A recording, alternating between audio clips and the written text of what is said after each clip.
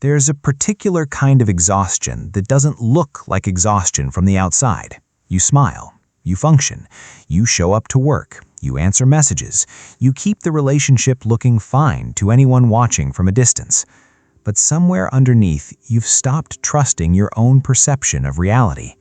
You find yourself replaying a conversation from 3 days ago, trying to figure out what you actually said wrong, when the truth is, you're not even sure anymore whether you said anything wrong at all. I want to start with a man I'll call Daniel, though he could be a woman, a parent, a boss, a friend. Daniel used to come home from spending time with his older brother and feel, for reasons he couldn't quite name, smaller than when he'd left.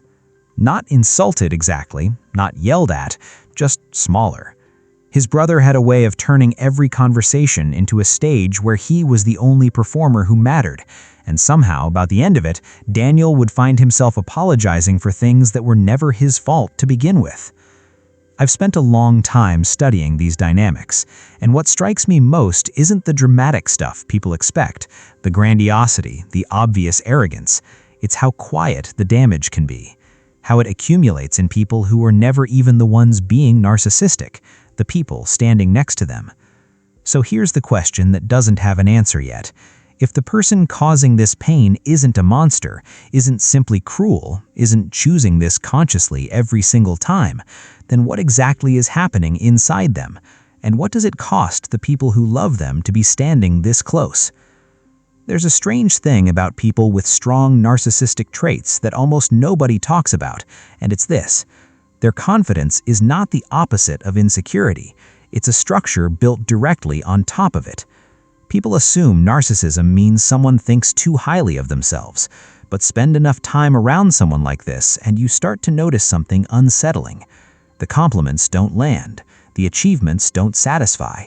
No amount of admiration is ever quite enough, and it has to be replenished constantly, like a wound that won't close no matter how much is poured into it. Here's the paradox, and I think it's the key to everything else. The very thing that makes someone like Daniel's brother magnetic, the charisma, the certainty, the way he fills a room, is the exact same mechanism that makes him impossible to truly reach. The strength is the wound wearing armor. You may have actually admired this person once.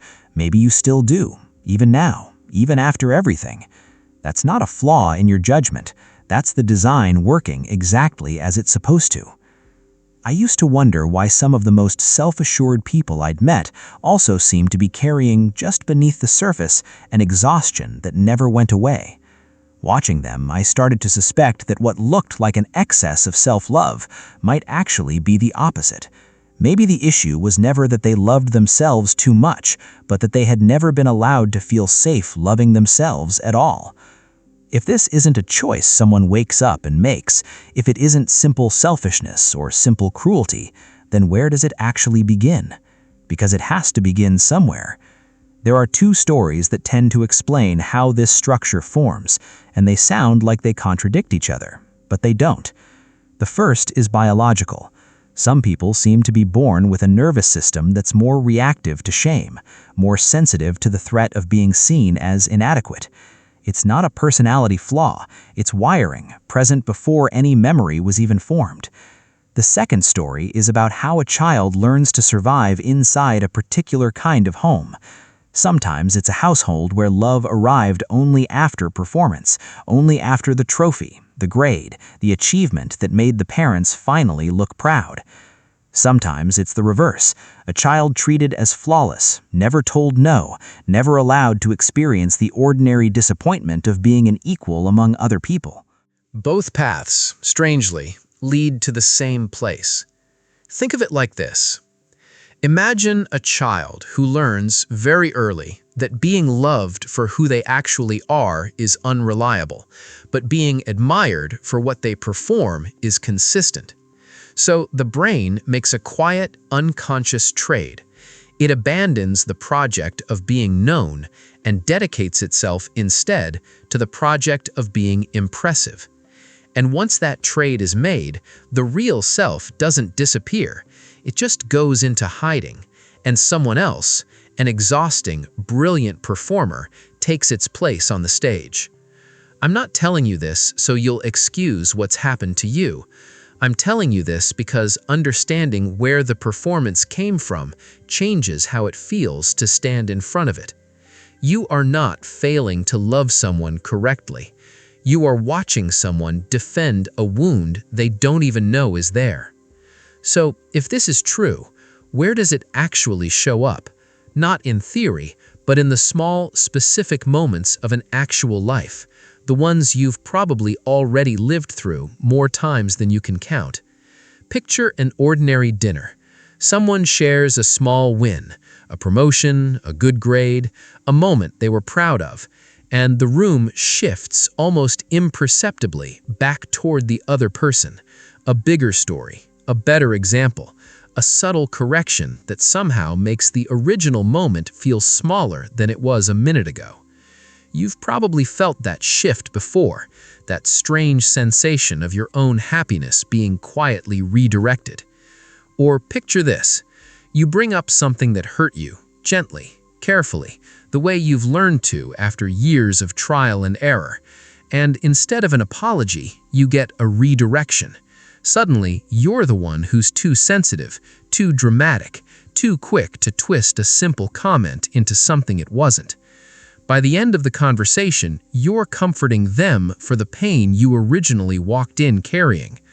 I've talked to people who describe years of this, and what they all mention every single time is the same disorienting symptom. They stop trusting their own memory. They start keeping a kind of internal record just to prove to themselves that what happened actually happened, because the alternative, the version where they're simply too sensitive, starts to feel more believable the longer it's repeated. Maybe you've noticed yourself apologizing first, almost reflexively, before you've even figured out what went wrong, or whether anything went wrong at all. Maybe you felt your personality quietly shrinking around this person, becoming smaller, more careful, more accommodating, just to keep the peace for one more day. None of these are separate problems. They're symptoms of the same underlying structure, repeating itself in a dozen different outfits. Because here's what's actually happening underneath all of it. This isn't a string of unrelated incidents. It's a loop. And loops, once they start, run on their own.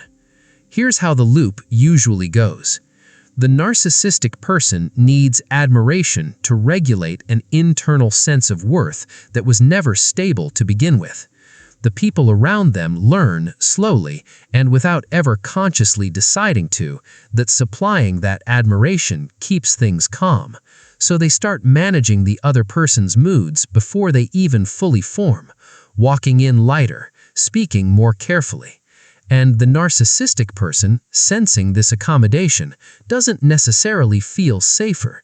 They feel more entitled to it, and so the demand quietly grows. What's even more troubling is what happens to the brain on both sides of this loop.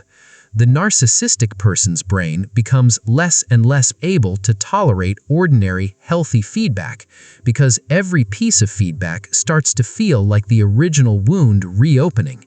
And the other person's brain begins doing something just as costly. It starts treating hypervigilance as normal. Reading a room becomes reflexive. Anticipating someone else's mood becomes a full-time, invisible job. Over years, this doesn't stay contained to one relationship.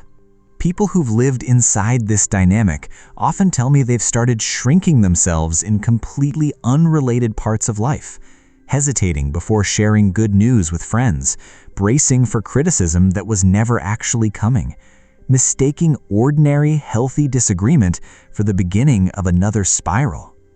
So maybe the real question was never simply, why is this person like this? Maybe it's this: what is it doing to you the longer you stay close enough to keep absorbing it? And here's the part that might be hardest to sit with. Maybe what actually needs to shift isn't an attempt to fix or rescue the narcissistic person, and it isn't a verdict that you were foolish for loving them. Maybe what needs to change is the quiet, automatic belief that you are responsible for managing someone else's bottomless need. This isn't about cutting every narcissistic person out of your life, and it isn't a checklist of techniques. It's a different way of seeing the entire situation, one piece at a time. The first shift is simply this: their need for admiration is not your job to satisfy. It was never your job, even on the days it felt like the only way to keep things peaceful. From that one shift, something smaller becomes possible. The next time praise is demanded, instead of automatically supplying it, you might simply pause. Not punish, not lecture, just pause and notice what happens in that small gap of silence. That pause tends to create a new kind of reaction in you, something closer to steadiness than fear. And steadiness is the foundation underneath every boundary that actually holds. A boundary isn't cruelty. It's the sentence, spoken calmly, that says, "I can care about you without losing myself in the process." And from that boundary, a new belief becomes possible to hold, even if it feels unfamiliar at first. You can have compassion for where this pattern came from: the unstable home, the conditional love, the nervous system wired for shame, and still refuse to keep absorbing the cost of it.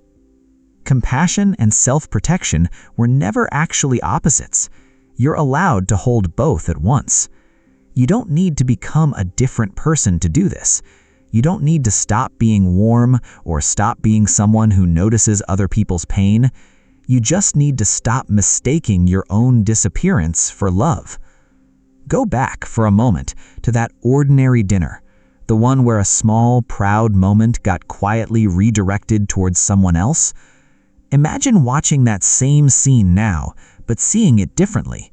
Not as proof that your joy doesn't matter, but as a small, visible symptom of someone still defending a wound from decades ago. A wound so old they can't even feel its original shape anymore. That doesn't mean you have to stay seated at every table where this keeps happening, but it does mean you can finally release the years you spent believing it was something broken in you. It wasn't your sensitivity causing all of this. It was someone else's unmet, very old need finally meeting a person, you, who was generous enough to almost lose themselves trying to fill it. For the first time, maybe you can look at both of you in that scene with something closer to clarity and a strange kind of grief that doesn't ask you to keep paying for it anymore. So here's something worth sitting with after this ends. Where in your life have you been quietly managing someone else's mood long before you even realized you were doing it? Not to assign blame to anyone, not even to yourself, but just to finally notice it. If something in this resonated, I'd genuinely like to hear which part of it felt familiar to you. Sometimes the simple act of naming a pattern out loud to even one other person starts loosening its grip in a way that years of silently enduring it never could. If you're around others who've lived through something similar, this might be worth sharing with them too. And if you're curious about what happens after someone finally sets that first boundary, that's exactly where the next part of this conversation picks up. This video discusses narcissistic abuse dynamics and emotional patterns. If you're currently in a relationship that feels confusing, destabilizing, or unsafe, please consider speaking with a therapist or counselor who specializes in these dynamics. You don't have to untangle it alone.